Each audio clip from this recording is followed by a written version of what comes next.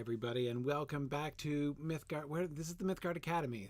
I think I'm going to soon become even more confused than usual about which broadcast it is I'm starting up, but this is in fact the Mythgard Academy and our discussion of the nature of Middle-earth, session number 19 to be precise, in our discussion of the nature of Middle-earth. The reason I'm a little bit more confused than usual this evening. Sorry, I'm going to keep glancing. You'll see me continue to glance over here, which is me watching with some paranoia my bit rate, because the internet connection here has been dreadful. But so far, so good. We'll see. Anyway, this afternoon, the reason I'm more confused than usual is that this afternoon I launched a brand new broadcast, which is the first thing I wanted to talk about in my announcements here this evening. Other Minds and Hands, it is called, a discussion of Tolkien adaptation. And so today we talked about lots of things. Today we're going to be discussing the Amazon show and the stuff that we get from the Amazon show, but more than that, it's a place to be thinking about adaptation in general and Tolkien adaptation in general, where we can kind of confront things people are worried about, discuss things people are looking forward to. And I think it's going to be a lot of fun. It's an important thing for us to be doing.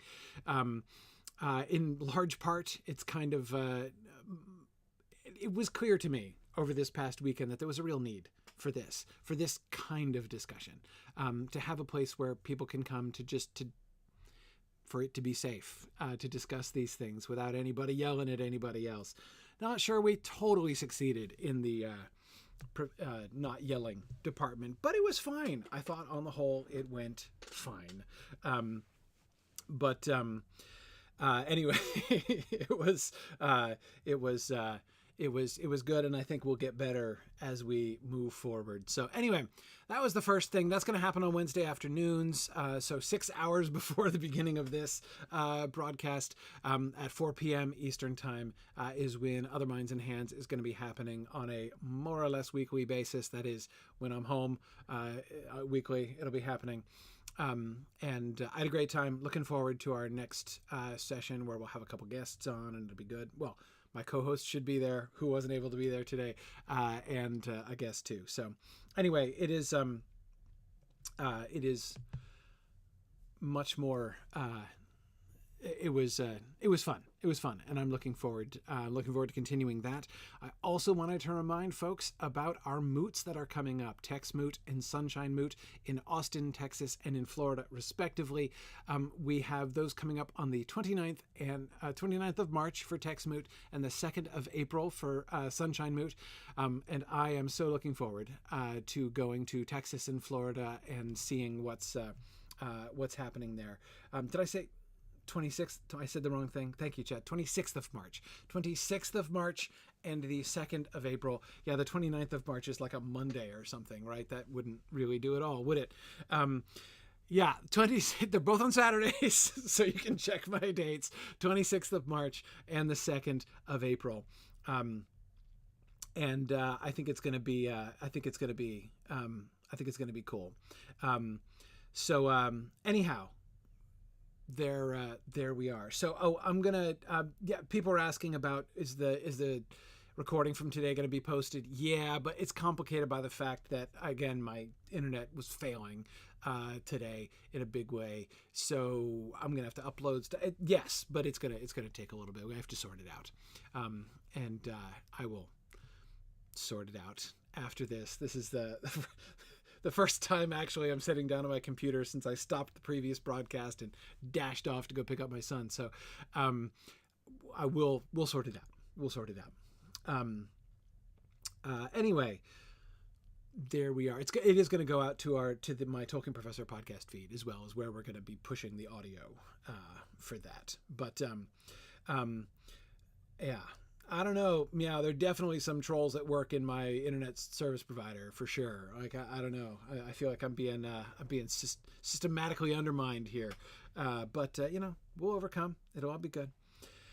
Anyway, let us jump back into the text. So you will remember this old Hroa is the theme of tonight's session. So we were talking about the two different ways. We could just going back for a moment to recall the context of what we're going to be looking at here, because we're kind of doing half of a chapter. We were looking at the chapter that begins with the conversation between Manway and Eru that Tolkien wrote the couple times he wrote it. Basically the conversation is the one you'll remember, in which Manway says to Iluvatar, so elves are dying and we don't know what to do. This seems bad, like that is the separation between, we've got these elf fair floating around, right? They can't do much. This doesn't seem right. What do we do? Can we fix this in some way? How do we help these dead elves, right? Who are not dead because they're still here in Arda, like they do, right? They don't leave, and so they're do they just hang around until the end of Arda, floating around as ghosts, or can we do something about this? And Eru says, "Let the houseless be rehoused." Yeah, by all means, let's do something about this. And there turn out, you'll recall, to be two options of how to do this, right? One option is that the elf souls, the Fear of the dead elves, right?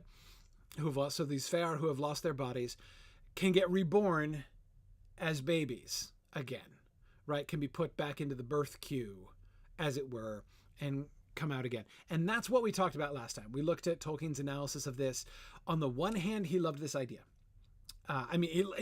Evidenced by the fact that he had that at the beginning and he kept coming back to it, right? So he had a strong attraction, clearly, over the course of decades, to this idea that elves are reborn in babies. But when it came to it, the kind of world building that we see him doing here in this whole stage from the late 50s through the 60s and early 70s, the kind of systematizing, right, making sure everything sort of fits together, that he was doing when he tried to bring in the old idea of elvish reincarnation in unborn elvish babies.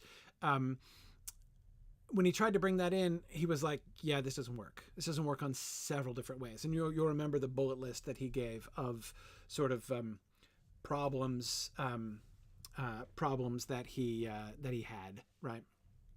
But anyway, okay, so that's one option. The other option was that the Valar should rebuild them bodies, right? They should reconstruct bodies for them.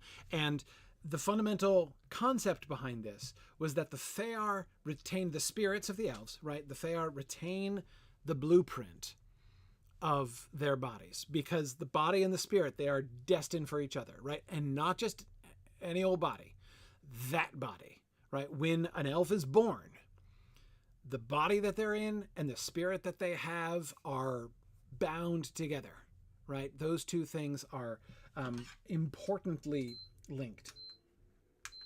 I just realized I forgot to turn on my heat. I'm going to be shivering to death here before the end of class if I'm not careful. Anyway, so yeah, he says they're bound together, right? And this is a challenge, because, and this is yet another example of how careful Tolkien is when he's thinking through these details, right?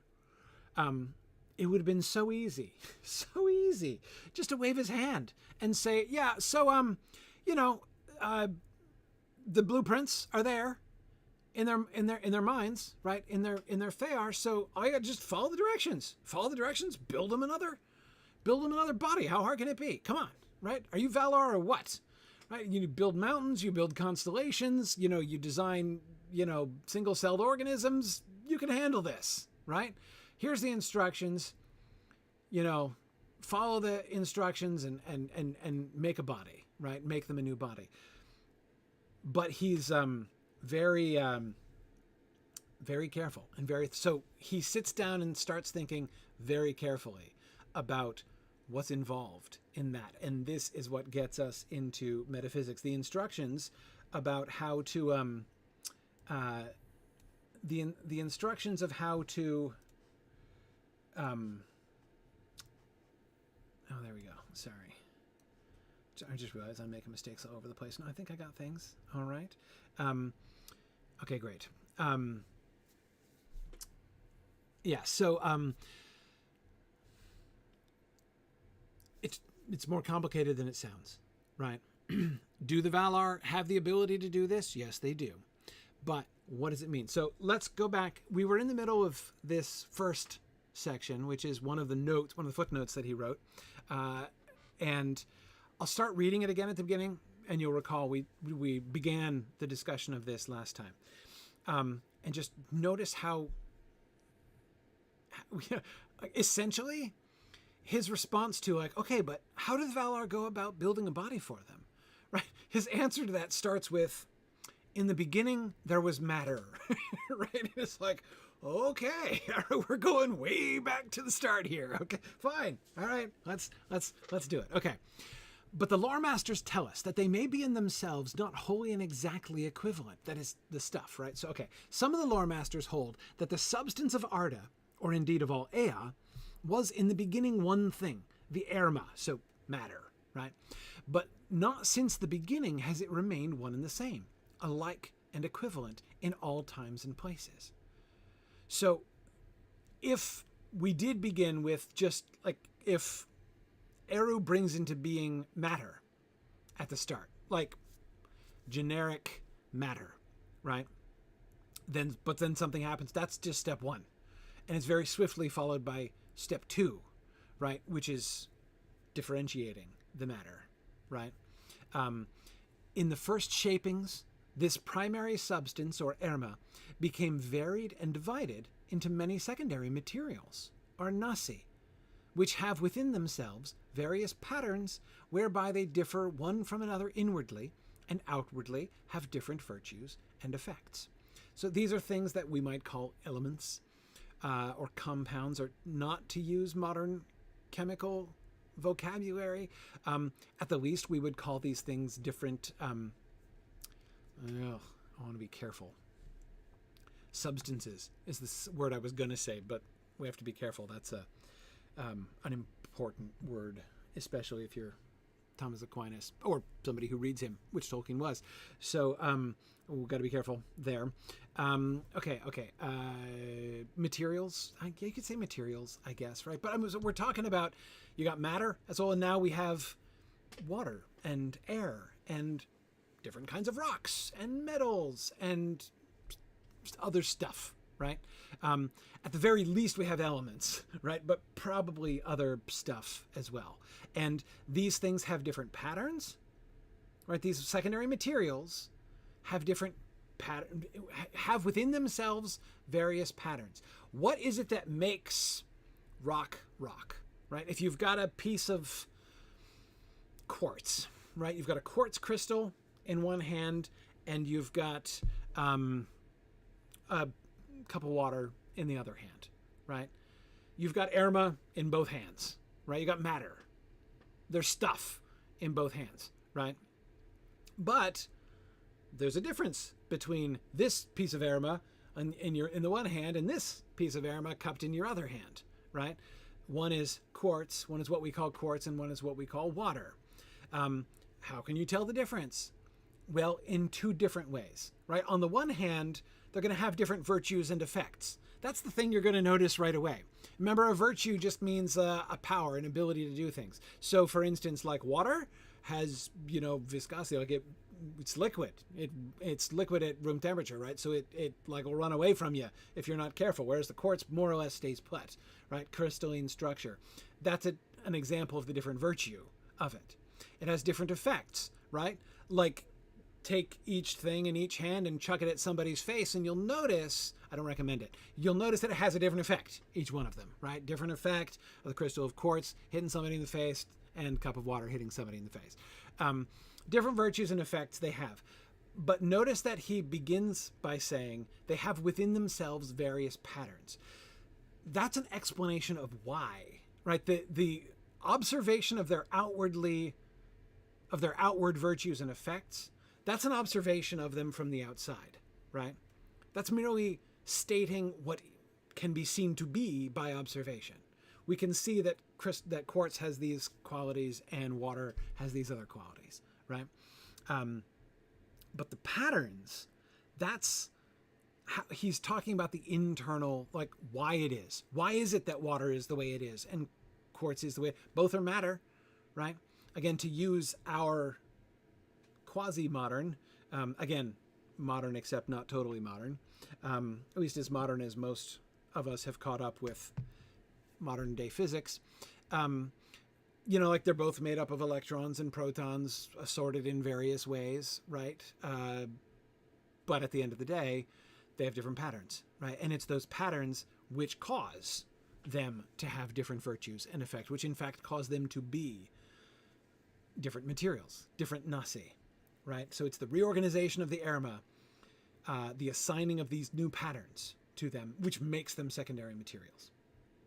Notice we're still just talking about the rawest of raw materials here, right? We're not even building anything yet. We're certainly not talking about organisms yet. We're just talking about stuff. Okay, keep going. Insofar, therefore, as the separate nasi materials maintain their characteristic patterns within, all fractions of the same nasi are equivalent and indistinguishable. With regard to higher forms, may be said to be the same.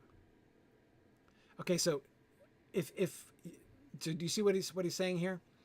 Take your cup of water, right? Take your cup of water and divide it into 2 half cups of water. Right, so you got that same cup of water, and now it's 2 half cups of water, right? Those 2 half cups of water are equivalent and indistinguishable. And so some people would say 2 half cups of water, that's the same. Those 2 things are the same, right?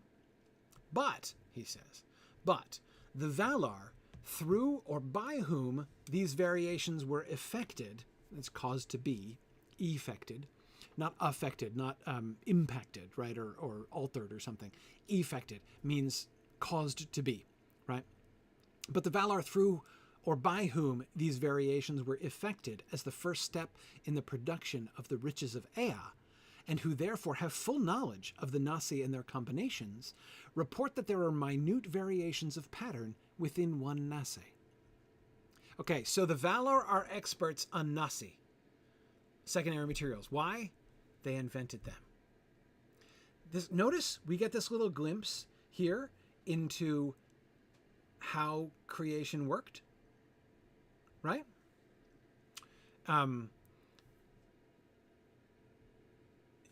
You see? Apparently, Iluvatar causes the Erma to be, right? He is the one who brings something out of nothing. He's the one who creates matter from the void, or, in place of the void. Where there was void, now there is Erma, now there is matter, right? But then the Valar start their job.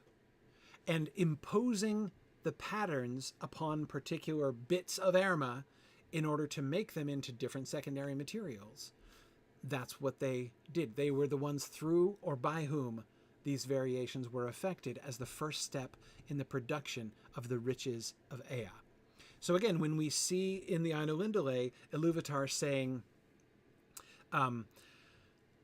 allowing them to express their own thought, right, in their music. This is what that means. This is what that looks like. And then he says, behold your minstrelsy of the vision, right? And then we get it again with the actual creation of matter and the shaping of Arda, of Ea and Arda in Middle-earth. So Ulmo, presumably,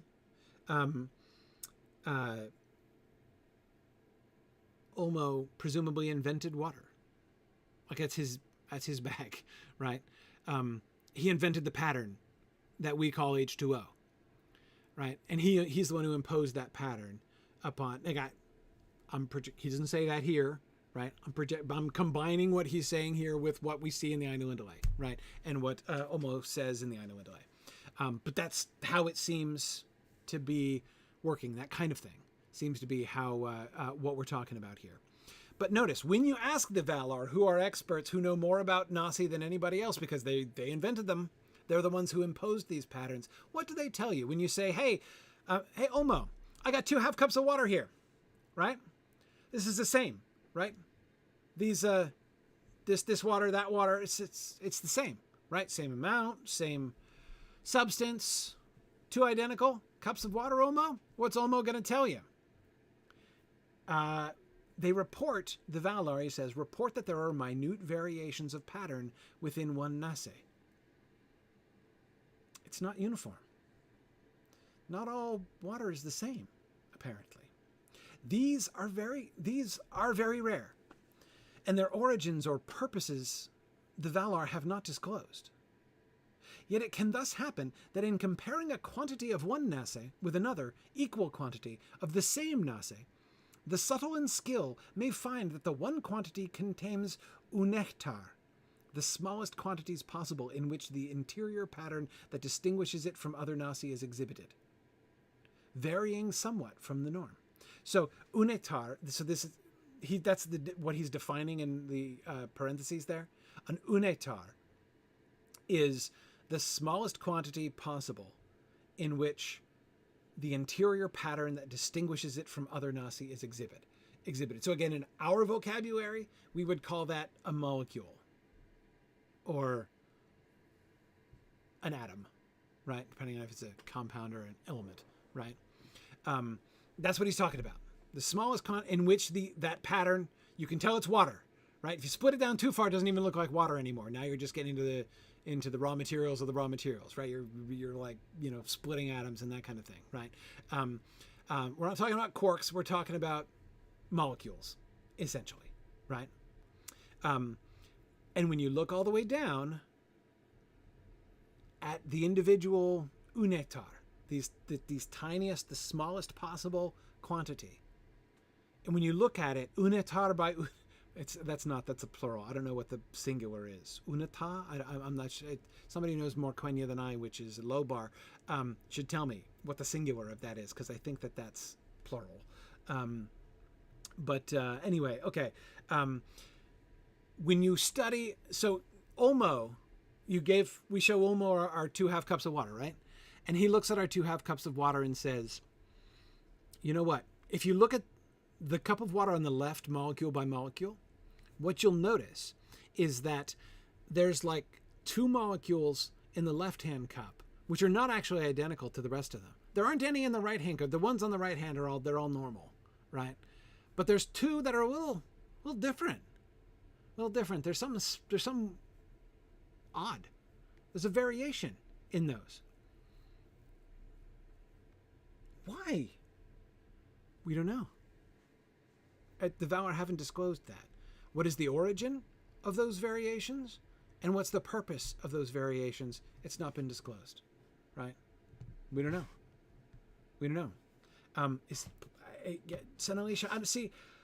I'm not sure.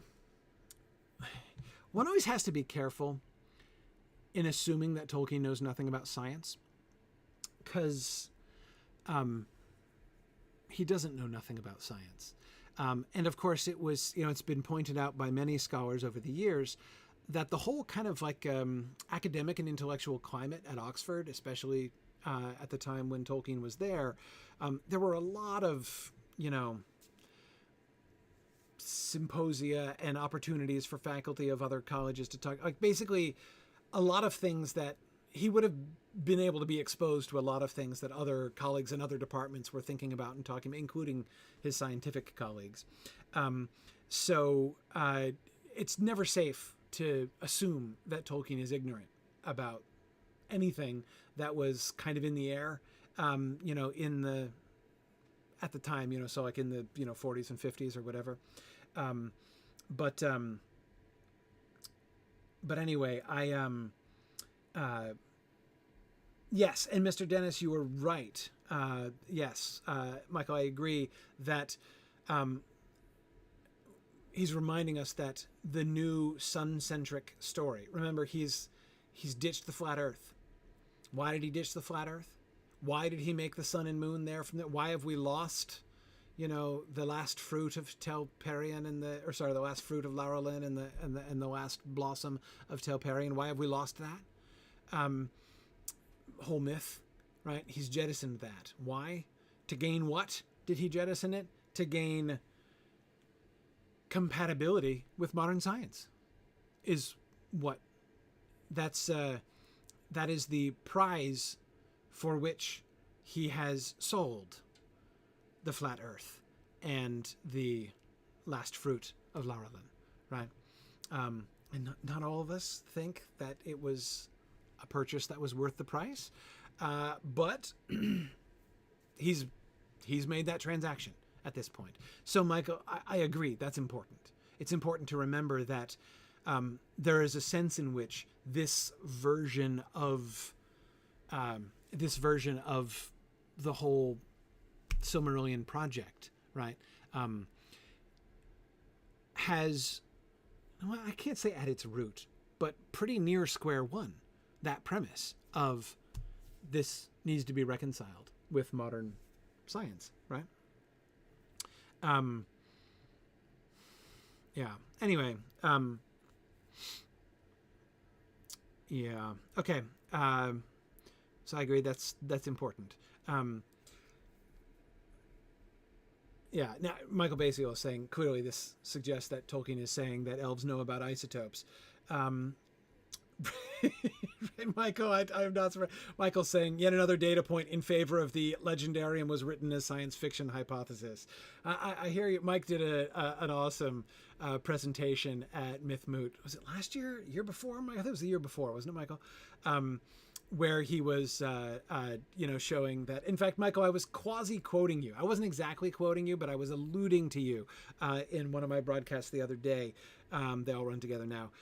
When I was saying that any sufficiently advanced technology is indistinguishable from elf magic. So I was thinking of you there. Anyway, okay. So maybe it's not inappropriate to be translating Unetar's molecules in our head. I always try to be careful about imposing external vocabulary on the text like that. It's easy to go astray when you're doing that, but it sounds like that's what he means. Okay, but we don't know why. We don't know why they did this. The Valar made some things different. But what's the point? Like, why do we care? Why are we talking about it? Why does it matter if there's a few molecules in one of the cups that are a little bit different from the rest of the molecules, and that therefore you can say, well, technically that cup of water is not exactly the same as that cup of water. Like, why does that matter? I mean, it's a tiny little difference, surely, right? But notice where he goes on. Or both quantities may contain the variant Unetar, but in different numbers. Okay, so like maybe you've got like 3 of them in one of the cups and 2 of them in the other, right? Okay. In such cases, the 2 quantities will not be precisely equivalent, though it may be held that the difference between them is so incalculably small that their virtues as materials for the making of embodiments of living patterns is indistinguishable. You might think it doesn't matter. You might think it doesn't matter, but do you begin to see how this is relevant to the question of rehousing dead elves? You see how this comes in? The impression that I'm already beginning to get is that those blueprints are very specific indeed. Remember, he was emphasizing that the spirit is not just tied to a body, it's tied to that body. And it's not just the design, right? Blueprint, sure, it's a blueprint. But you don't just have to have the blueprint. You've got to have the materials. And not just equivalent materials. It's not enough just to say, like, okay, your house burned down, but it was a wooden house, and we have the blueprints of your wooden house, right? So we're going to rebuild a new wooden house, exactly like your old wooden house, and you'll never notice the difference. But they will notice the difference. Because it's not even just about being wood. It's not even just about being the same wood. The implication is that if it's not built from the same trees, it's not going to be the same. And the Fea will notice. Yeah, you could also say, Mike, it's like saying the new house is wrong because this log has a knot in the wrong place. And by the way, I know people who would totally notice that. Right? This is not far-fetched. This is not far-fetched. Yeah, yeah. So, Cecilia, do you see what I'm saying about how the two cups of water, so it would just back up to the cups of water again. So yeah, Cecilia, exactly. We're showing Olmo, right? We're chatting with Olmo here, right? And we turn on the tap and water's coming out. And we have 2 cups, we fill 2 cups of water from the same faucet, right? Same temperature, same amount, same material of the cups. Are they the same? Is it the same? The water, even if the cups themselves, they're 2 separate cups, right? But it's the same, right? No, because again, molecules there might be some molecules in the one that are different from the other. Seriously, yeah. The difference between them so incalculably small, it seems like it shouldn't matter at all. But when you're talking about material that's going to be used for the making of embodiments of living patterns, well, attention to detail is apparently required. Let's keep going. Okay. Watch where he goes with this after this. He says, though it may indeed be part of the nature of the living thing to use certain materials and not to use others in the development of its pattern. Okay, so now a living thing has a pattern too. So we've taken one jump forward. We were talking about the patterns, the basic patterns of nasi, it's themselves, right? Materials themselves, like again, the difference between water and quartz, right? But they're patterns, and then there are patterns, right? Those are patterns.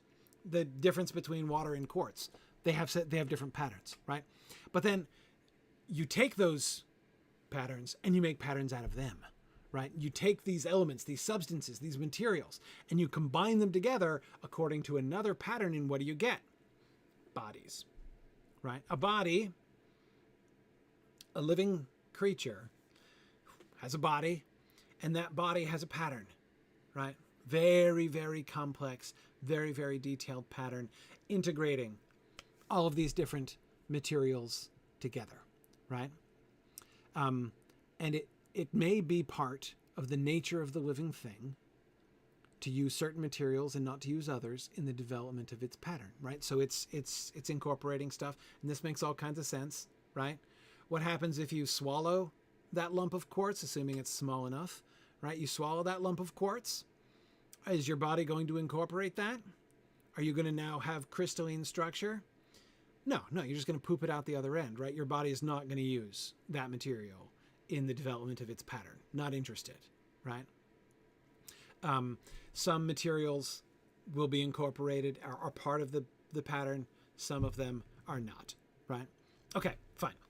This is because the living patterns, now keep in mind, remember what a living pattern is.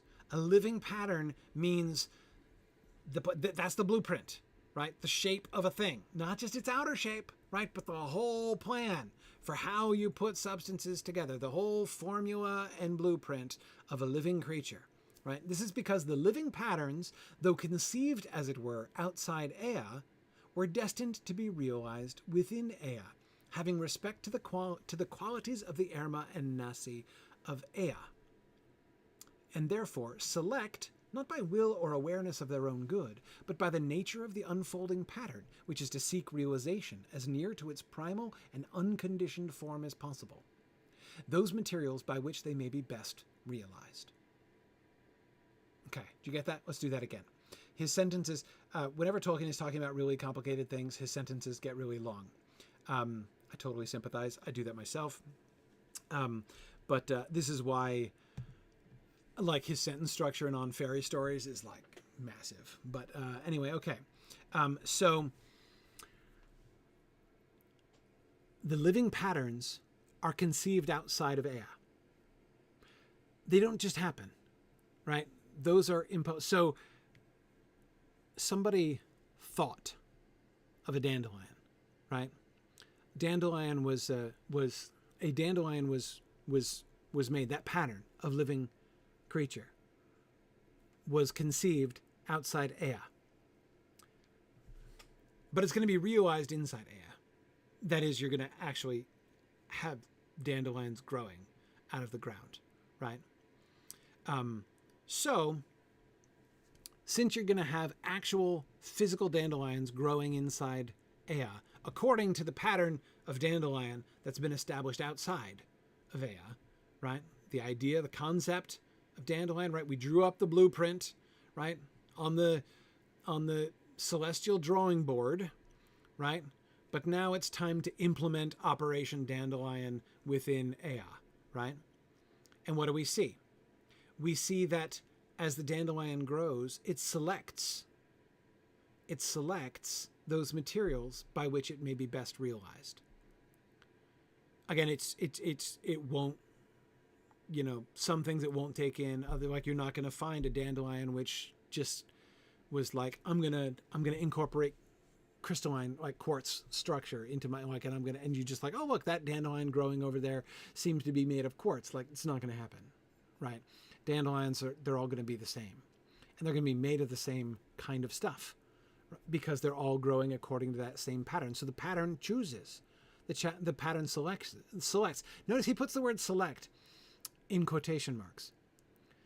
That the living patterns select those materials by which they may be best realized. But they're not actually choosing. The pattern of dandelion is not a conscious thing. It doesn't have will, nor does the dandelion itself, for that matter, right?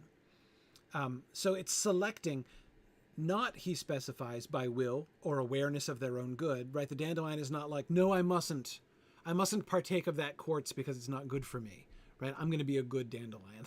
That's not it's not a virtue in the dandelion, right? To not consume quartz crystal and make it part of itself, right? No, it says, he says, not by will or awareness of their own good, but by the nature of the unfolding pattern. It's just what happens. By the nature of the unfolding pattern. What is the nature of the unfolding pattern? It is to seek realization as near to its primal and unconditioned form as possible. It's trying to fulfill the pattern. But of course, not every dandelion looks alike, right? Why is that? Well, because they don't all grow under the same conditions. Some of them more perfectly, some of them less perfectly, are able to realize their theoretical pattern, right? If you got one dandelion that's growing in bad soil and another one growing in very rich soil, they'll look differently. They're both trying, in quotation marks, to achieve the fullness of the pattern that was conceived for them outside of Ea. But, there are differences, right? Okay. So, all right.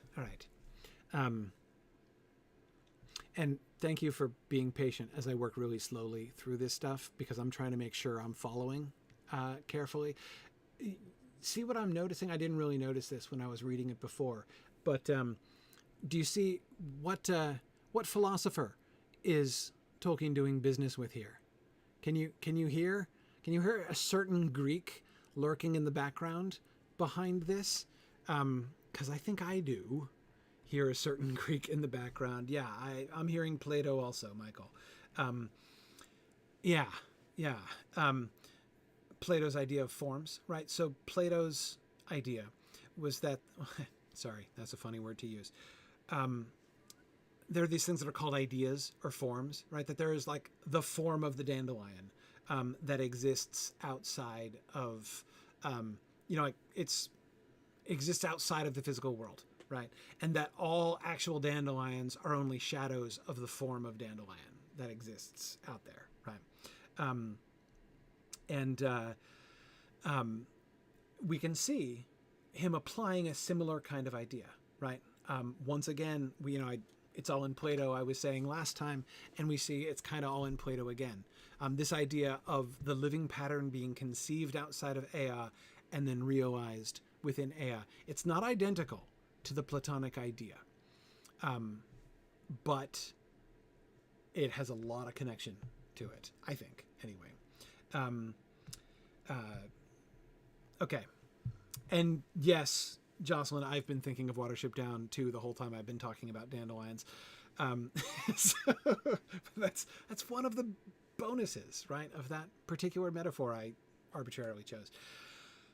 Let's keep going. So he had ended by saying that they're selecting, sort of, quote unquote, selecting those materials by which they may be best realized. And he puts best in quotation marks too. Now he's going to expand on that. Best, but not perfectly. That is, not in any case exactly according to the conceived and unrealized pattern. No actual dandelion actually fulfills the living pattern conceived outside of Ea, the dandelion pattern, right? They all try, they all do their best, right? They all strive towards that, but not perfectly. There is no perfect dandelion in Arda, right? The only perfect dandelion is the one in conception outside of Ea. Okay, but such imperfection is not an evil necessarily. Yeah, that don't think that means it's bad, right? Bad dandelion. For it does not seem that Eru designed Ea so that living things should each in their kind exactly exhibit the primal life pattern of that kind, and that all members of one kind, as, say, beeches, should be exactly alike. This is really fascinating. We might have been tempted to say, okay, I see where he's going with this, right? There's the perfect pattern, living pattern that's conceived, but within art, Arda's marred, right? Within Arda marred, nothing can really achieve the perfection that was conceived for it. It would have been tempting to come to that conclusion after the first couple sentences there, right? But you notice what he's going on to say? No, actually no. What is the logical consequence of saying that in Arda unmarred, had Arda never been marred, imagine the perfect Arda, right, without Melkor's discord or any trouble at all, what would things have looked like?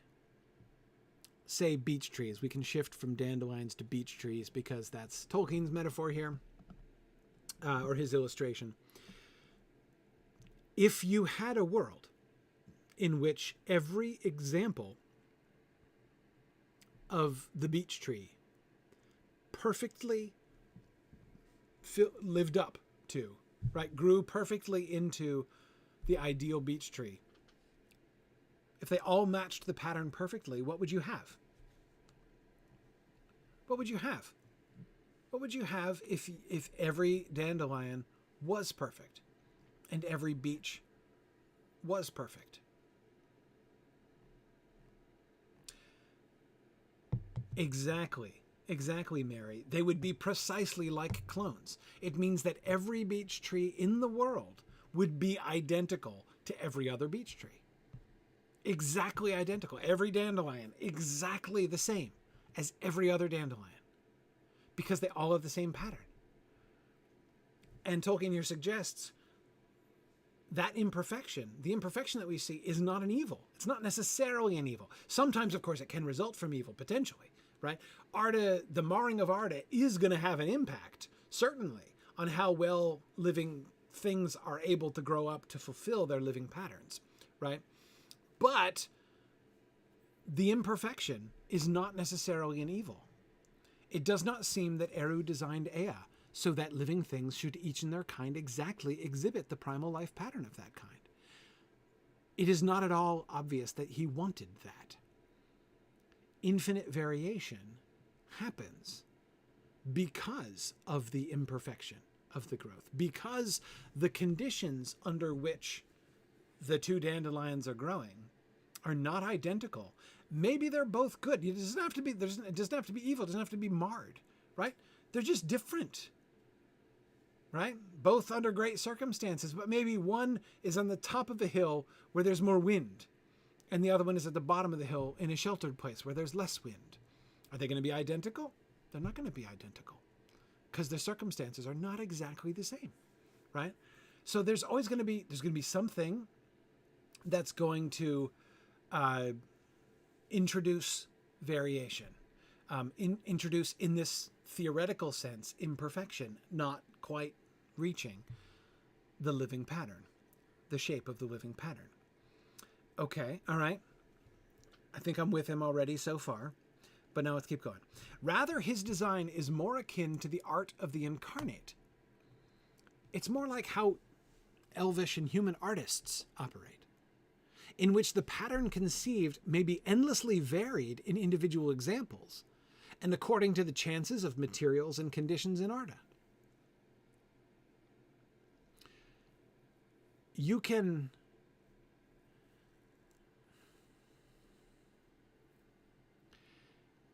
make, if we don't think about 2 cups of water, but instead for a second think about 2 chairs, right? You think of 2 chairs, right? And you can use the same wood, you can use the same design. They're not going to be identical, right? They can't really be completely identical, because, as he says, according to the chances of materials and conditions in Arda, right? The one piece of wood, it's from maybe even from the same tree, but its grain is going to be not exactly the same. It's not going to look exactly the same. Conditions might be, maybe it was colder, when you're, or less humid, and so the wood responded differently. Like it's going to vary. I mean, anyone who's done any baking is familiar with this kind of thing, right? I'm not a baker myself. I love to cook. I am the main primary cook for my family. But baking I don't bake. I try not to bake. My wife bakes. She's a good baker. I'm not I don't have the temperament for a baker. I'm like, I did exactly the same thing and it came out completely differently. What the heck, right? I'm always struggling with this particular, the chances of materials and conditions in Arda when it comes to baking. Devorah says pottery is another good example. Clay is never the same twice. I've never done any potting. Is that the verb? Potting? Does one pot? Is that? I've never been quite sure about that. Good. Christopher says brewing is the same way. Exactly. That's that is exactly what that is exactly what the what he's talking about when he's talking about the art of the incarnate, right? All of these things that we do, we see that this is the case. And so notice what he's saying here, right? His design, Eru's design, is more akin to the art of the incarnate, in which the pattern can see. So it's like that, endless variation happens. Now, Cecilia, this is not. You're saying you think that this is sort of a, I don't know, like a dumb question or whatever, but it's not at all. Cecilia says, I hate to ask this, but aren't these ideas kind of obvious? Why go over this? It's a great question. First of all, if you're reading something like this and saying, right, well, obviously, then the author's doing a good job, right? When you're doing philosophy, the experience that you want your reader to have, ideally, is, yeah, sure, of course, yeah, well, that's like a no-brainer, right? If you're writing philosophy and someone's reading it and saying that, then you've won. That's what winning looks like.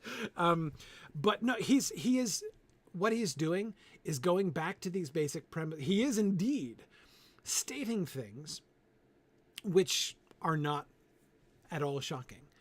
What he's doing is going back and looking through these things and pointing out things which are themselves simple, but which have implications when you're thinking things through rigorously for other things later on. So he's still kind of establishing things in this way. Okay, all right. But we're still not done here. Okay. To perceive the patterns and their kinship through living variation is a chief delight of those who survey the wealth of the living things of Arda. So Elvish scientists, right? Elvish natural philosophers perhaps would be a better phrase to use the older phrase rather than the modern one. Natural philosophers among the elves, and presumably humans as well, but we're still pretty elf-centric, I think, in this writing. What is the chief delight of Elvish natural philosophers? To perceive the patterns and their kinship through living variation is a chief delight, right? By studying, it's good that no two beech trees are exactly alike, right? But by studying many birch trees, I switched from beeches to birch. I always get uncomfortable. Tolkien loves beech trees, and he talks about beech trees all the time.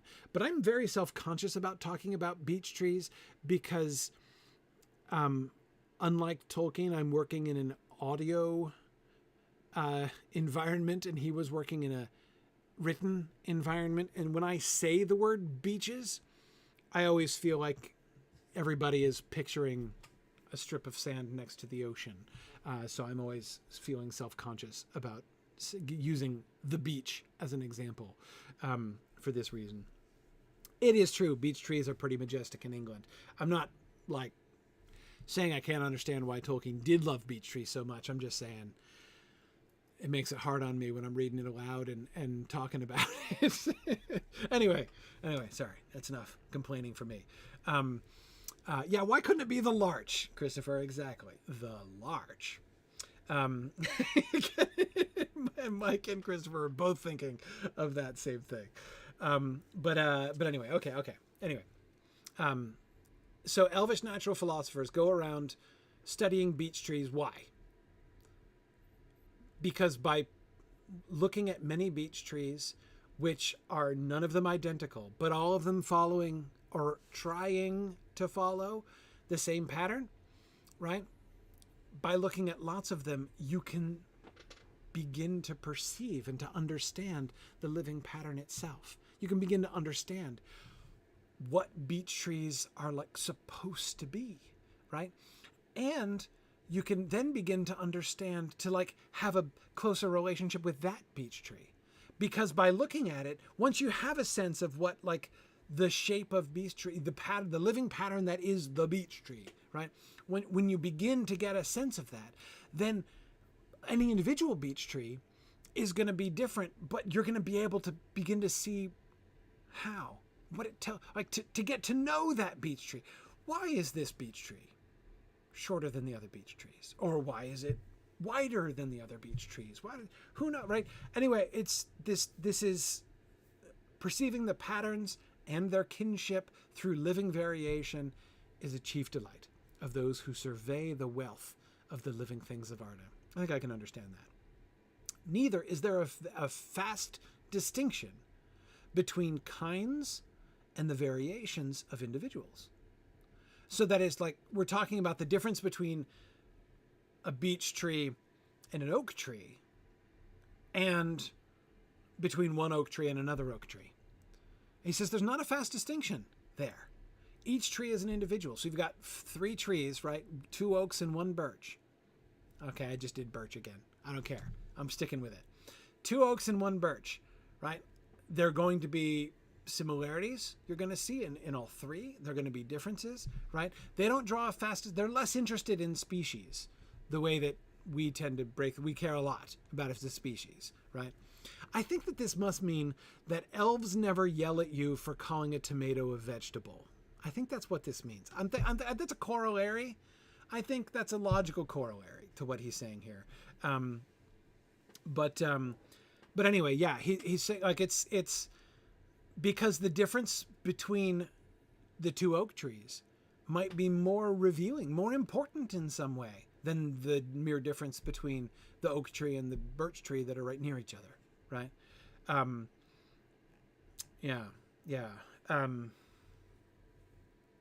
Yes, Christopher, I agree. Christopher's remembering the description of Ents entering Durndingle, how they're different. Some as different as one from another tree of the same kind. Some as different as the difference between as between beech and oak. Yes, we see the whole thing we see him thinking in exactly those terms, right? In describing Enset Durndingle. Yeah, exactly. Okay. For some kinds are more akin to others in pattern, and may seem to be only variations of some older and common pattern. Ah, you see? You see what's happening here? So when you study enough trees, you can begin to see, okay, we have, I don't know enough about trees to suggest what might be similar, but let's, how about, hey, let's shift to animals for a second. You look at like a hawk and a falcon. And of course you can look at two hawks and you can look at two falcons and you can see their individual differences and everything. But you can begin to see some kinds are more akin to others in pattern. So like hawks and falcons are more akin to each other than the hawk is to, say, the hummingbird, right? And so you can, if you're an elf natural philosopher, you can begin to see larger patterns among the patterns, right? Only variations of some older and common pattern. Maybe there was a common ancestor of those two birds of prey, more recent than the one between them and the hummingbirds, right? Do you see what he's thinking about? This is Tolkien's day job, isn't it? This is what the philologist does for a living. Looking at the patterns, you know, you've got the patterns in two different words within the same language and the pattern between two different words in two different languages. But when you get to know the patterns, you can begin to see that the patterns of this one language are more similar to the patterns of this other language than they are to this third language. And so you can begin to see patterns and you can begin to understand histories and larger patterns, of which those individual patterns are just part of the pattern, right?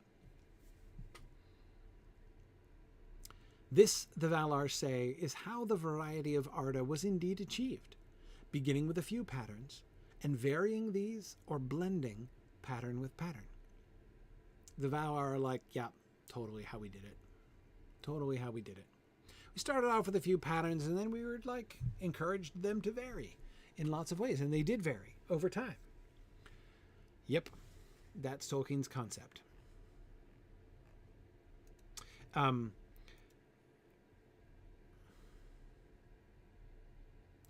If you're thinking, gosh, Tolkien's idea for how these things came about sounds kind of like evolution.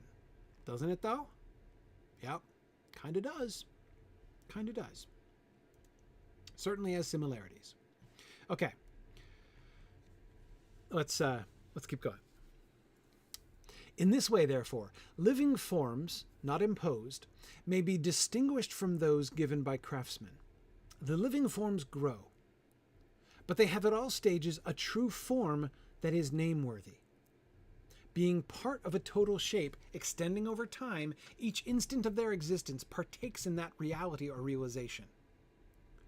Okay, so hang on. You see the distinction he's making? We've got a chair has a pattern too, right? It's got a blueprint in the mind of the craftsman, right? And it's got stuff that it's made out of. But the chair is different from the dandelion. I'm going back to dandelions, right? A chair is different from a dandelion. How? Dandelions exist in an arc over time. The living forms grow, and that's part of its pattern, right? You don't have, or you know, again, to like a baby hawk, right? A baby hawk, an egg, and then a baby hawk, and then a young hawk, and then an adult hawk, right? They're all hawks. They're all part of that same living pattern. The living pattern is not just a blueprint for the adult hawk. That's not what the living pattern is. The living pattern incorporates the whole thing, from beginning to end, from egg to grave for the hawk It's a hawk, right? It is attempting, trying to be the best hawk it can be, right? To grow into the close to perfect as possible, but it's not going to be totally perfect form of hawk. At all stages, it has a true form that is name-worthy. It's still hawk, right? Even when it's like small and fluffy and can't fly, still hawk, right? Being part of a total shape extending over time. So the total shape of a living form extends over time, right? All of that whole lifespan of the hawk is part of the pattern of hawk. Each instant of their existence partakes in that reality or realization. We may speak of a young tree or sapling and of a young man or child, judging the form to be tree or man, but because of memory and experience deeming, not always rightly, that this tree or man is in an early stage of its development. You catch that? He's saying a simple thing, but then he's also making a qualification here. You might look at something and say, like you might look at our hawk, right, and say, that's a hawk chick, right? It's just a little chick hawk. I don't know if they have a separate name. Do they call baby hawks something else? Are they just hawk chicks? I don't know. But anyway, you might look at that and be like, oh yeah, that hawk is a chick. It has not yet achieved its final growth, right? It's still on the way. It's not finished. Just as you look at the small tree and say, that's a sapling. And you might look at a child and say, not yet an adult, right? When you do that, you are applying your knowledge of the pattern, right?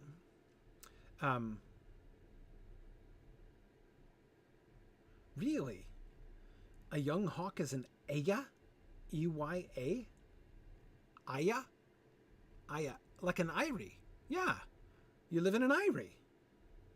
That's why it's called an eyrie? No way. Get out. I suppose it would be, wouldn't it? Right. So you have an Aya in an eyrie. Of course you do.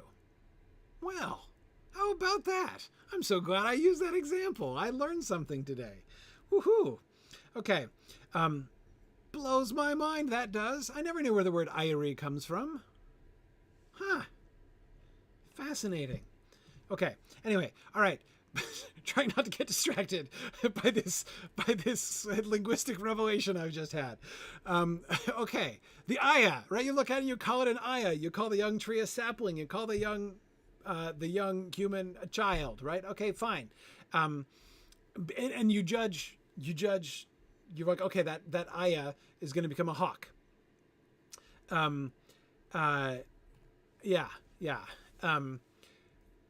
Fine. But because of memory and experience, deeming, not always rightly, that this tree or man is at an early stage of its development. Notice the proviso, right? Sometimes we're wrong. Sometimes you might look at something and say, that has not yet achieved its full perfection, but you just don't know, right? What do you know? What do we know, right? I might look at a birch tree, which is not huge, right? And be like, oh yeah, someday that's going to grow into a real tree. But no, it's actually just doing its thing, right? It's kind of done, more or less, right?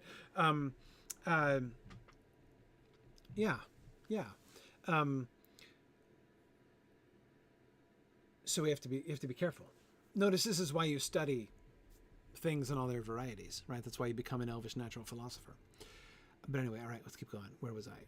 Right. But beholding a craftsman making a chair, we should not call its first stage a young chair, right? I mean, like when you've just carved out the seat and you're like not begun attaching the legs to it, like when it's still sitting there in a pile, right? A seat and a bunch of legs, and it's not a young chair. It's not a chairlet, right? Oh, it's a little chairlet, which is someday going to grow into a big daddy chair. That's not exactly what's happening at all, right? We should say at different moments that he was making something, say, of wood. Like, oh, look, there's some lumber that he's got, right? Oh, look, he's made it into, peculiarly shaped rods of wood. How about that, right? That he was making a piece of furniture. Later on, he might be like, oh, look, it looks like furniture. Definitely going to be furniture. And that he was going to make a chair. I see it. That's going to be a chair, but it's not a chair yet, right? When the shape was so far advanced that we could guess this. But we should not call his work a chair until it was finished. So you see the distinction that he's making here. This is the distinction between static patterns, non-living patterns, and living patterns, living forms, right? At every stage of our hawk's life, from egg to Aya to hawk, it's still a hawk, right? Just at different portions of its total shape extending over time. The chair is not a chair until it's done. It's just not, right? Maybe other things, but it isn't that.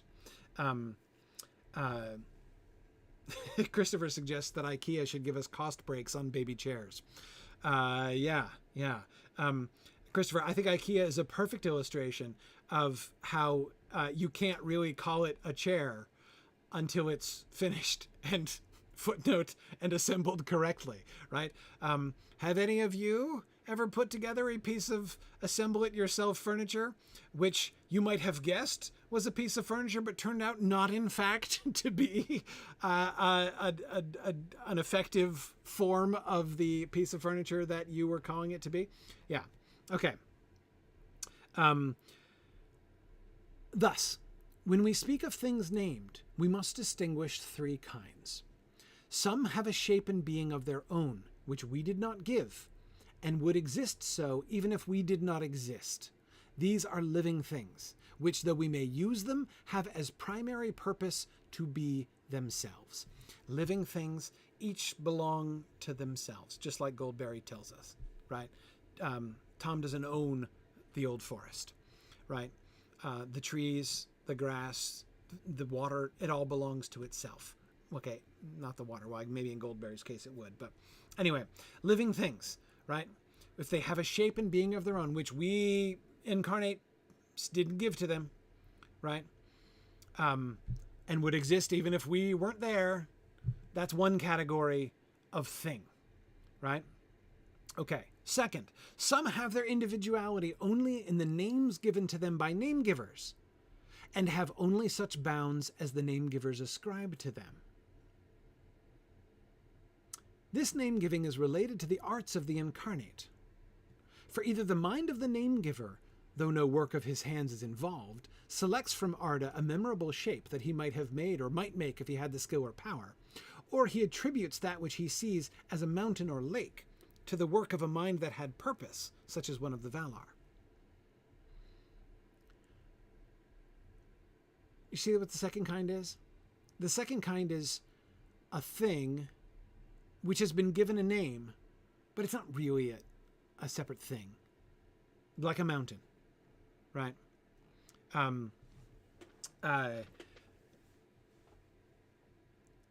You name a mountain, right? Like that.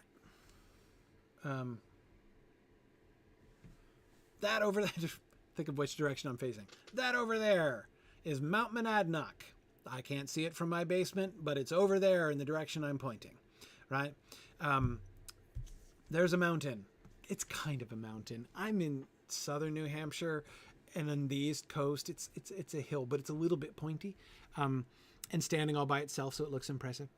Anyway, Mount Monadnock. We call it Mount Monadnock.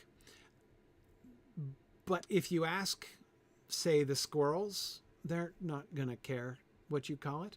Nor, like, and where does it end? Like, what stops being Mount Monadnock? Do we draw, we like to do this kind of thing, draw lines around things on maps and say this is what that, and give names to chunks of ground, right? Whereas again, like, the squirrels going across your map lines are not going to notice any difference, right? There's nothing intrinsically different about the parts of dirt that I'm calling Mount Monadnock and the parts that I'm calling Pac Monadnock, which is another mountain nearby, right? Where are the boundaries? Where does it stop? Well, JJ, it's not a couple inches above sea level. It's it's hundreds of feet high, hundreds of feet high. But anyway, Pac Monadnock, Mount Monadnock, and Pac Monadnock. Hey, look, I didn't name them. Anyway, they're two mountain-ish things here, right nearby to me.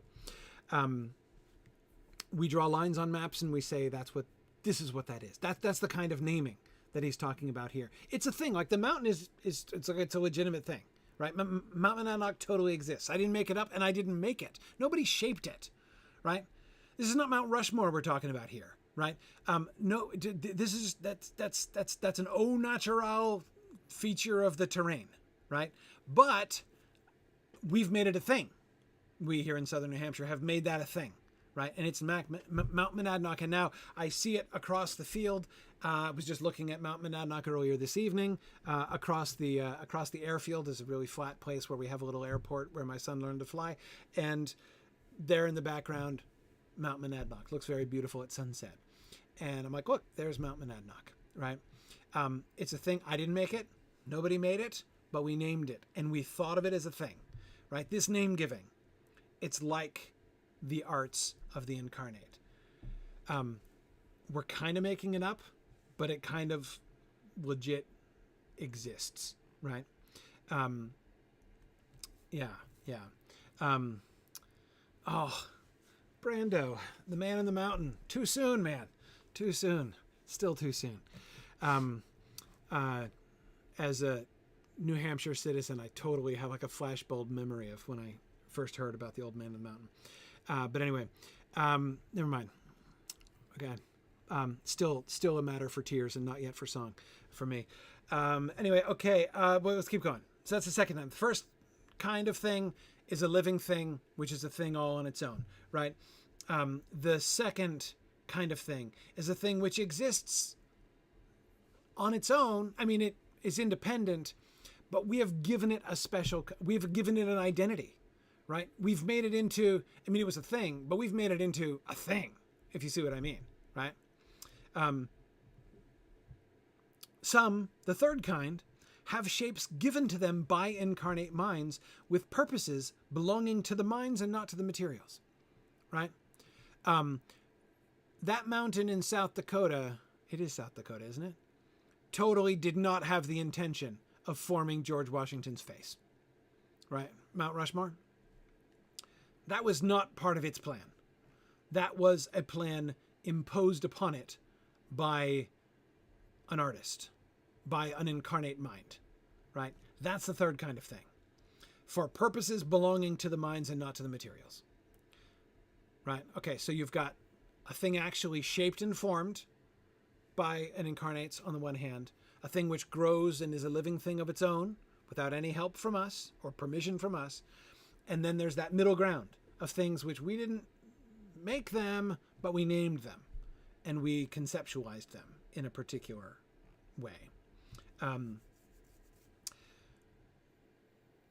But since all things in art are akin, the form of art respects the nature of the material and should do so. You should respect the nature of the material. You should be respectful when you impose shapes upon things. Not 100% sure. I don't know. Would the elves approve of Mount Rushmore? Not really sure. Not really sure they would. You might be thinking, would they approve of the Argonath? Not sure they would. Not sure they would. All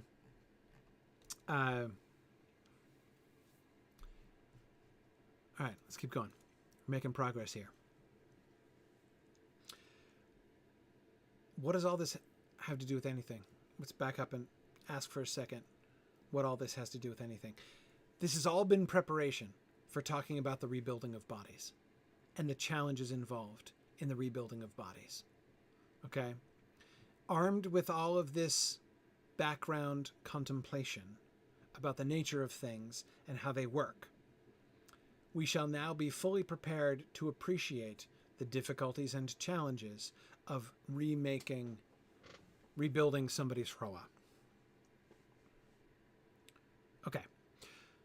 For the individuality of a person resides in the Fea. A Fea alone may be a person. In the case of the incarnate, though they are by nature embodied, their identity resides no longer, as it does in things of corporeal life only, in that embodiment, but in the identity of the Fea and its memory. They are by nature embodied, but their identity resides no longer in that embodiment. We're talking about our houseless Fea again, right? The houseless Fea, it's still the person. It still is the person. The person was embodied, right? But their identity no longer resides in the embodiment, but in the identity of the Fea and its memory. Okay, a Fea of this kind requires a house by which it may inhabit Arda and operate in it. Okay, the houseless Fea needs a house if it's going to operate within Arda. Remember, that was the problem. These houseless Fea can't operate. Anyway, they can't do anything. They're stuck doing nothing for the rest of the life of Arda, and that's no fun. But a house exactly equivalent is sufficient for it will exactly correspond to its memory of its former house. And that memory, being in the mind only and incorporeal, will not be concerned with the history of the material used in the realization, so long as it is fitted for this purpose, but with the form only. Therefore, returning, the Fea will inhabit the rebuilt house gladly. Do you see what he's saying here? This is encouragement this is a pep talk for the Valar. This paragraph is a pep talk for the Valar. Because you see what the Valar are worried about, what Manway's worried about here. But okay, we can make a new Hroa, but it's not going to be the same. It's not going to be the same, right? I mean, again, think about the difference between dandelion and dandelion. Think about the difference between beech tree and beech tree, right? I mean, the one body, the first body number one, Hroa number one, the Hroa of this Fea grew with that Fea inside it and under those particular circumstances, and it's not going to be the same. It's not going to be exactly the same. To which the answer is, no, it's okay. The Fea remembers. The whole identity of the person is retained in the Fea and in its memory. Okay. So all that all the stuff, all the individual quirks, all that infinite variety that we see among all of the different examples of every kind of creature and everything like that, the Fea remembers. So don't worry about it. Don't worry about it, Valar. That's included in the blueprint. Okay, yeah, but it's not the same substances. I mean, okay, like we can make it out of we can make muscles and skin and bones and stuff like that. Like we know what muscles and skin and bones are made out of, so we could whip up some, well, can you call it artificial if the Valar make it? And we can bring together, some flesh to make a house for them, and we'll make the house. We'll design it according to their specs. But it's not going to be the same stuff. There's going to be differences. I mean, even if we go down to the molecules, it's different. Okay, no matter how much we try to say, remember our cups of water, no matter how much we try to say, we're making flesh as exactly similar to their flesh as possible, but it's not going to be exactly the same. Because at the very least, it's going to be different in time, at a different place in time, right? And so therefore can't be the same. And so what is the pep talk that the Valar are being given? It's okay. It's okay. They'll work with it. The Fëanor, that is, will work with it. But a house exactly equivalent is sufficient for it. Make it according to the specs, for it will exactly correspond to its memory of its former house, and that memory being in the mind only and incorporeal will not be concerned with the history of the material used in the realization. It doesn't matter if the actual molecules in the new body aren't exactly the same molecules that were in the old body. It's okay. They're bound together, but it's not that bad. They're not that persnickety. It will not be concerned with the history of the material used so long as it is fitted for this purpose. Don't try to make anybody, like if you have a cunning idea of giving somebody like adamantine bones or something like that, not a good idea. Yeah, don't do that. Don't do that. Don't make anything out of vibranium. No. Don't get cute with this, right? It has to be material fitted for this purpose. But if it is, then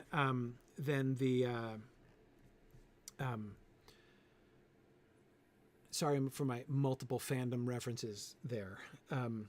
First reference to Wolverine, second reference to Marvel stuff. I was thinking of what's his face? Completely blanking. Vision. Sorry. Yeah. Anyway. Okay. It's not important. It's only concerned with the form. Therefore, returning the Fae will inhabit the rebuilt house gladly. It's all going to be good. Even so, one might go. So let's metaphor. One might go on a journey, and while he was away, lightning might come and destroy his house. But if he had friends of subtle skill, who while he was away rebuilt his house and all its appurtenances, and can I just say, I am delighted to this. To my knowledge, this paragraph is the only place outside of the King James translation of the Pentateuch that I have come across the word appurtenances, and my life is the richer for it. Because as I recall, in the King James Pentateuch, we get like in the tabernacle, like the altar and the appurtenances thereof. Anyway, there we go. Okay. So while he was away, rebuilt his house and all its appurtenances that had been ruined in exactly the same shapes. He would come back to his house and call it his own and continue his life there as before. And even if his friends reported to him what they had done, would he not still be content, giving to the house rebuilt the same name as the old house had, and deeming that the evil chance had been healed? He might even notice the difference, right? But if he noticed the difference, he would only be more grateful, be more happy, more thankful to his friends for all the work that they did in rebuilding the house exactly the same. So again, we're still pep talking the thou art here. Okay.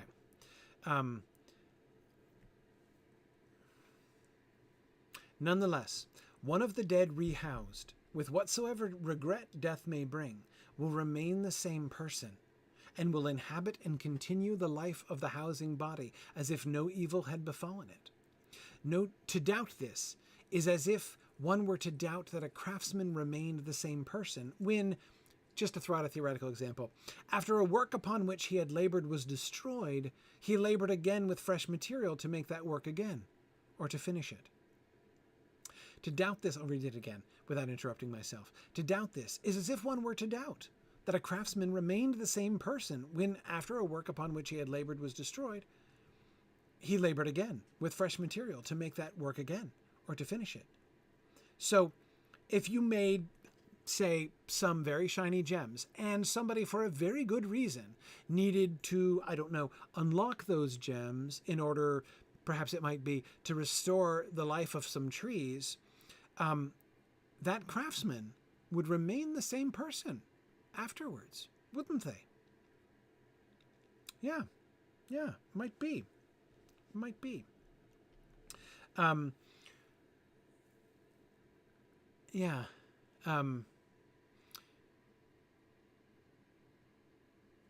The dead rehoused remain the same person.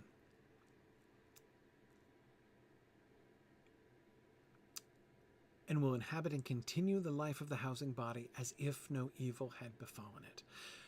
Remember that one of the stated goals of the Valar, in their desire to rehouse dead elves, was to redress grief.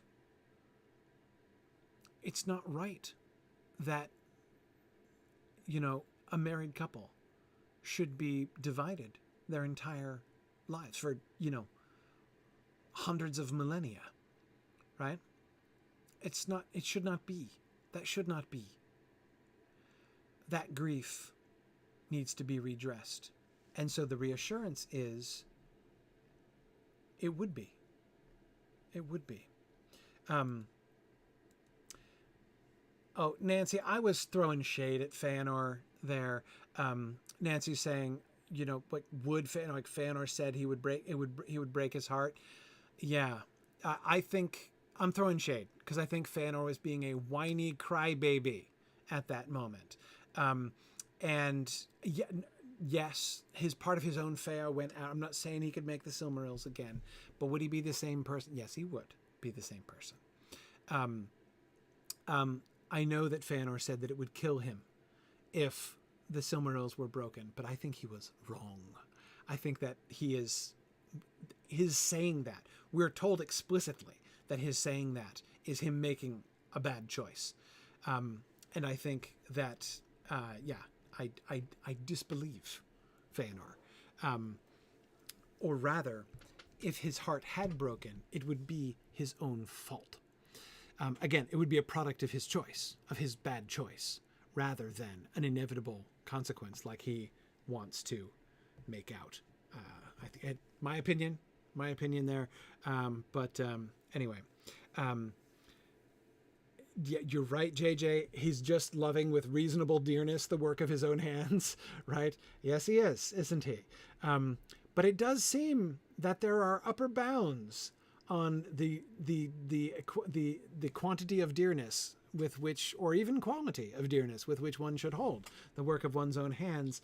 And my personal theory is that Feanor exceeded that upward bound, right? That's what I think happened there.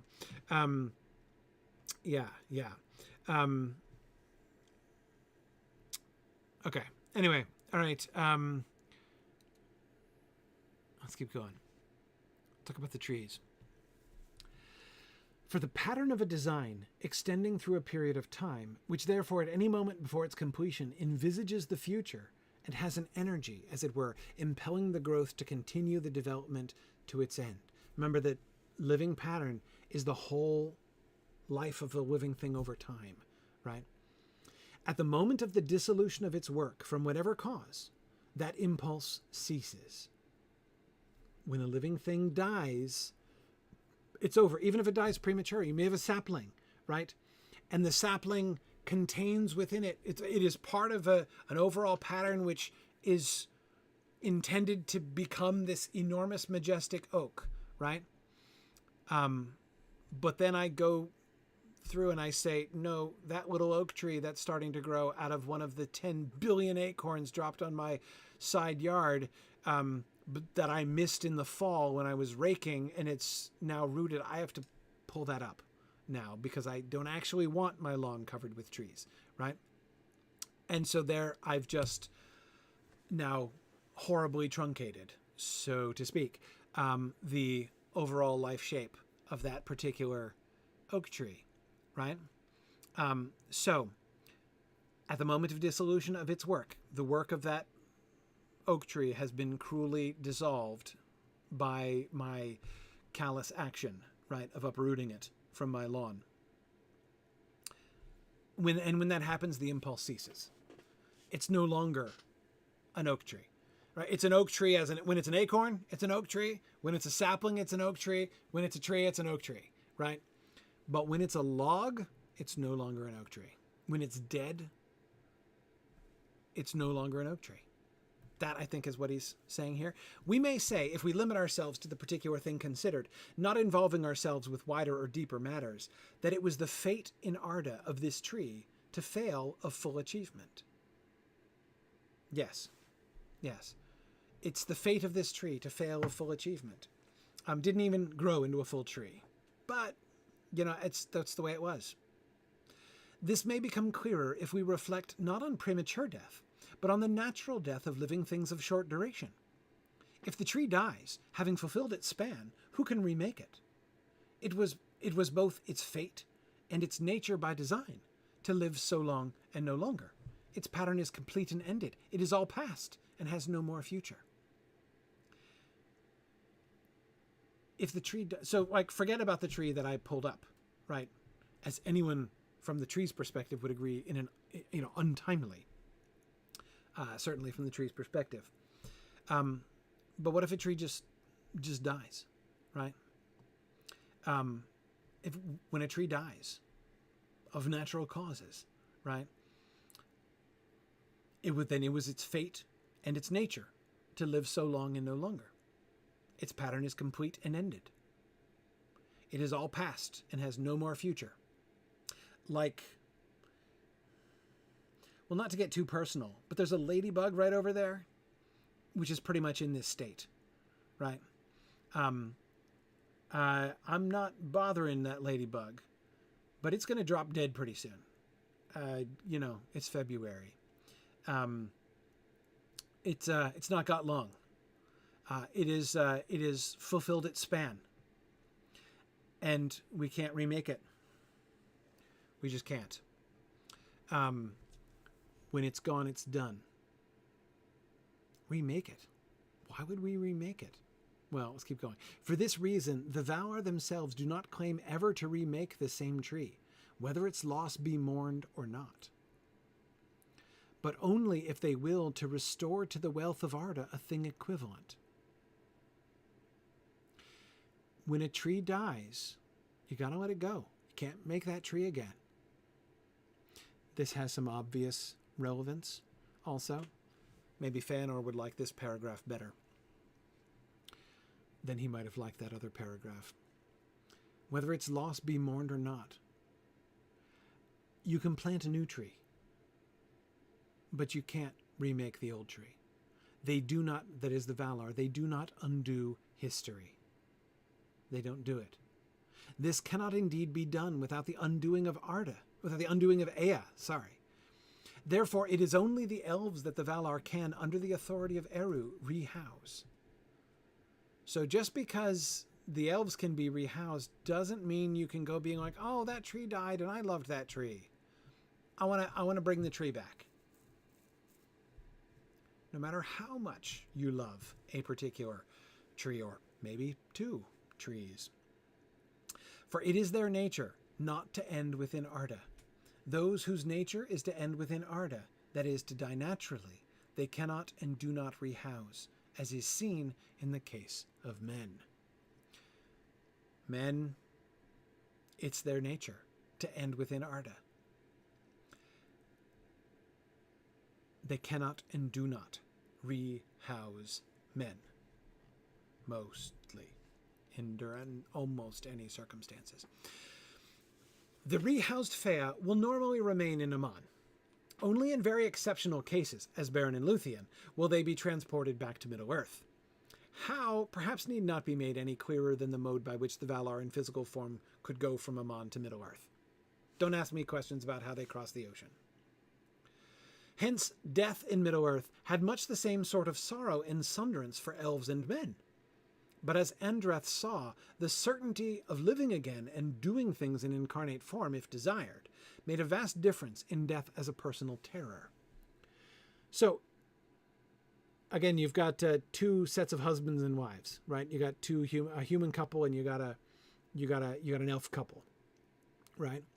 And both of them lose one of the pair. Each pair dies, right? Functionally, in Arda, they're in the same state. Because even if the elf spouse gets a new body, they're not coming back to Middle-earth. In almost any instances, they're not coming back to Middle-earth. So, you're here, she's there, you're sundered from each other, almost as much as the human couple are sundered from each other when one of them dies, right? Now, he points out Andrath's argument from the Athrobeth, you can say, but it makes a big difference, right? You're not going to be, the elf is not going to be saying, I'm never going to see my spouse again. Like, sooner or later, they can, right? And even just knowing, well, okay, my wife is on the, like, what's the difference between, there is a difference, right? Between the widowed state of Denethor and the widowed state of Elrond, right? Elrond is a widower, functionally, right? Celebrian, she's not coming back. But eventually, he'll probably see her again. And in any case, he can still think, well, she's probably okay. I know it's not a perfect example. She didn't exactly die. Work with me. I'm talking about separation from Middle-earth, right? He can, be comforted the fact that she's still around. I mean, like, infinitely separated from me at this particular moment, but around, right? Still in Arda. And there's a possibility of future reunion, right? Whereas Denethor, he's not seeing Finduilas again. So far as he knows, he's not at all. He doesn't know, right? Maybe humans can speculate or hope that there will be a reunion after death, but they don't know. They don't have any evidence to believe that that's the case.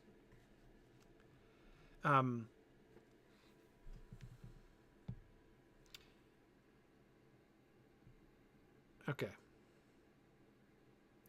Where was I? Okay. After removal of / destruction of Amon as physical part of Arda, there could be no return. Destruction? I think Carl's not sure about that word. Another one of those Tolkien handwriting issues, I think. Only way of reunion of bereaved was by death of both parties. Though after end of Beleriand and battle which destroyed Morgoth, the bereaved could voyage to Amon. They usually did. After destruction of Numenor, only the elves could normally do this. Yeah. I don't understand that last sentence. After destruction of Numenor, only the elves could normally do this? Well, of course. No humans could ever voyage to Amon. And even if they did, they wouldn't be reunited. Huh. Not quite sure what he's getting at there. Only the elves could normally do this. I feel like I'm missing something dumb. That is, I'm being dumb by missing something obvious. But I don't understand that sentence. Of course only the elves could normally be reunited with their dead loved ones in Amon. Okay, the dead loved ones of humans might be in Mandos, and the hall set apart, which I dislike so much, conceptually. Yeah, I mean, they might be there, but that doesn't mean that...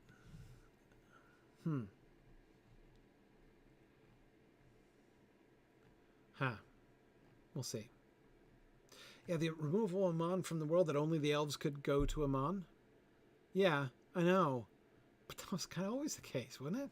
Again, humans never went to Amon. Or rather, they did once, but it didn't go well.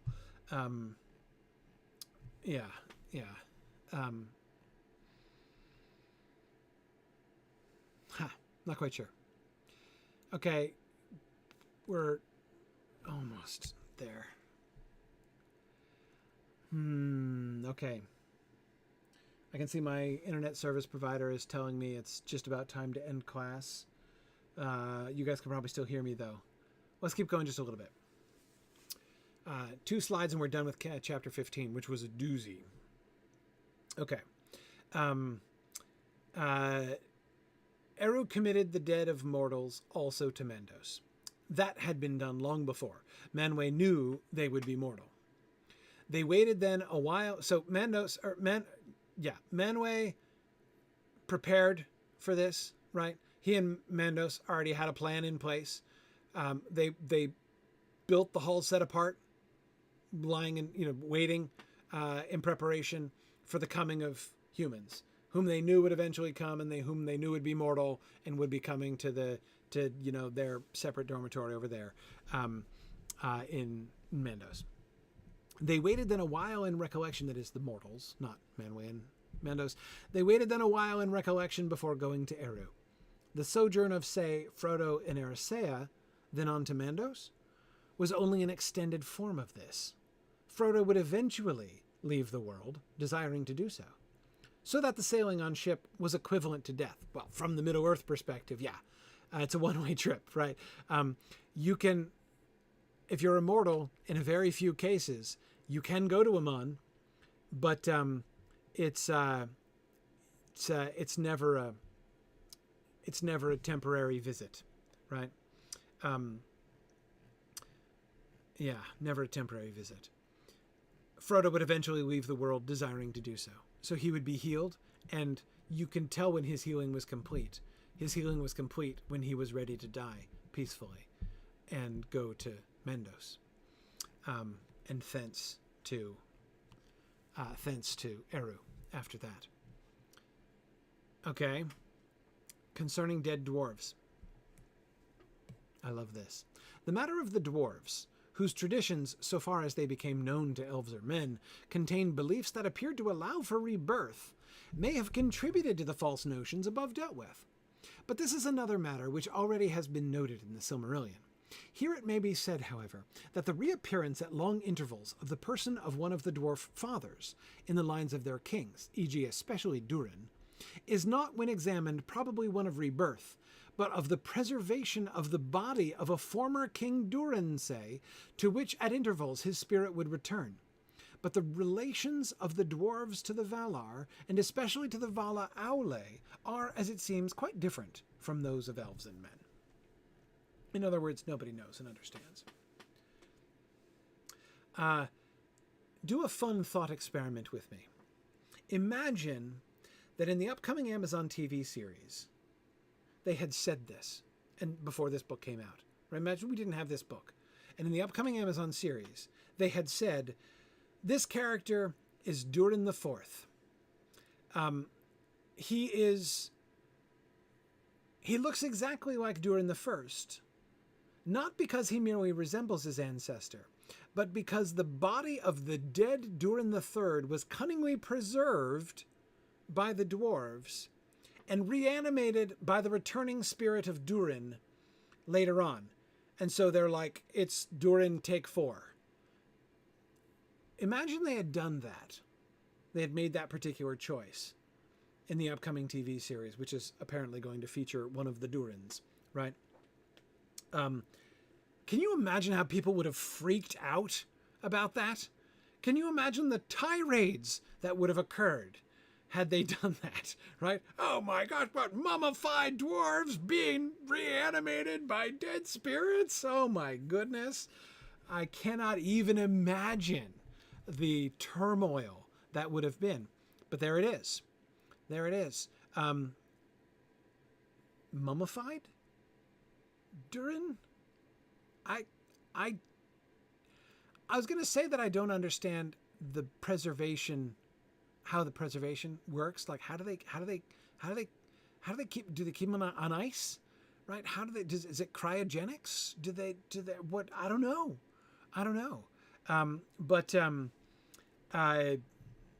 Dang. Okay. Those dwarves are pretty mysterious, right? I mean, who knows what they get up to and how they do this. But I don't even have anything to say about this other than, whoa. All right, then. Yeah. Okay. Cool. So there we are. As I recall, I have like, what do I have? 3. I've got 5. Okay, too many. Might as well stop. All right, might as well stop. But that is the end. We've gotten through. We didn't quite get to the end of book 2 yet, but we're so close. Next time, let's figure out what we're going to read next time. For next time, we're going to start part 3. And where are we going to? Oh, yeah, that's right, because the death chapter was really fascinating. That was my problem. I was like, we don't need to talk too much about Furiel and Minway. Listen to me. Oh my goodness, all day today. Muriel and Finway, because we talked about Muriel and Finway for like a month and a half, right, when we did Morgoth's Ring. Let's see. I'm trying to I'm changing my reading schedule here. Let's do chapters 1 through 3 of part 3. How about that? So read the first 3 chapters of part 3 for next time. We'll do those last 2 real short chapters at the end of part 2 and the first 3 chapters of part 3. How does that sound? Right now, keep in mind, next session, not next week. I'm going to be away all week next week, family vacation. So I'll be away next week, carrying things for my wife and son while they ski, and serving them food, and not injuring myself. Probably. Watch, I'll be the one who injures myself because I'm not skiing. But anyway, thank you for joining me today. See you guys again in 2 weeks. Good night now.